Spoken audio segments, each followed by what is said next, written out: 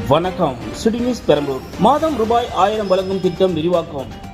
1,31,00,000 பேர் பயன்பெறுவார்கள். மகளிர் உரிமை தொகை நிச்சயம் உயரும். தமிழக முதல்வர் மு க ஸ்டாலின் அவர்கள் அறிவித்துள்ளார்.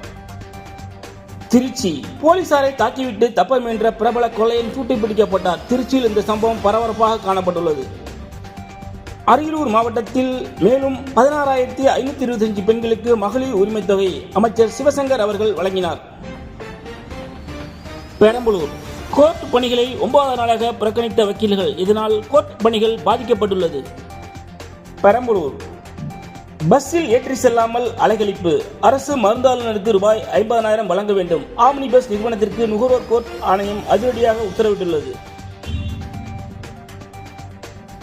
திருச்சி முன்னாள் ராணுவ வீரரிடம் ரூபாய் 1000 லஞ்சம். மோட்டார் வாகன ஆய்வாளர் உட்பட 2 பேர் லஞ்ச ஒழிப்பு போலீசாரால் அதிரடியாக கைது செய்யப்பட்டுள்ளனர்.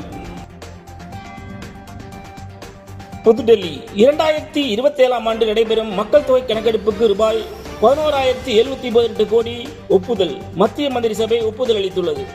மதுரை 5 மணி நேரம் பரபரப்பு விசாரணை நடைபெற்றது. திருப்பரங்குன்ற மலையில் இருப்பது தீபத்தூண் அல்ல, நில அளவைக்கல். மதுரை ஐகோர்ட்டில் அரசு வக்கீல்கள் வாதம் செய்துள்ளனர்.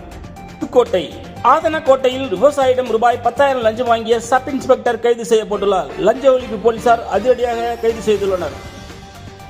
சென்னை சிறகடிக்க ஆசை, பாக்கியலட்சுமி ஆகிய தொடரில் நடித்தவர் டிவி நடிகை ராஜேஸ்வரி தற்கொலை செய்து கொண்டார். பரபரப்பு தகவல்கள் வெளியாகியுள்ளது. சென்னை பரபரப்பான அரசியல் சூழலில் அமித்ஷா வருகின்ற 15ஆம் தேதி தமிழகம் வருகிறார்.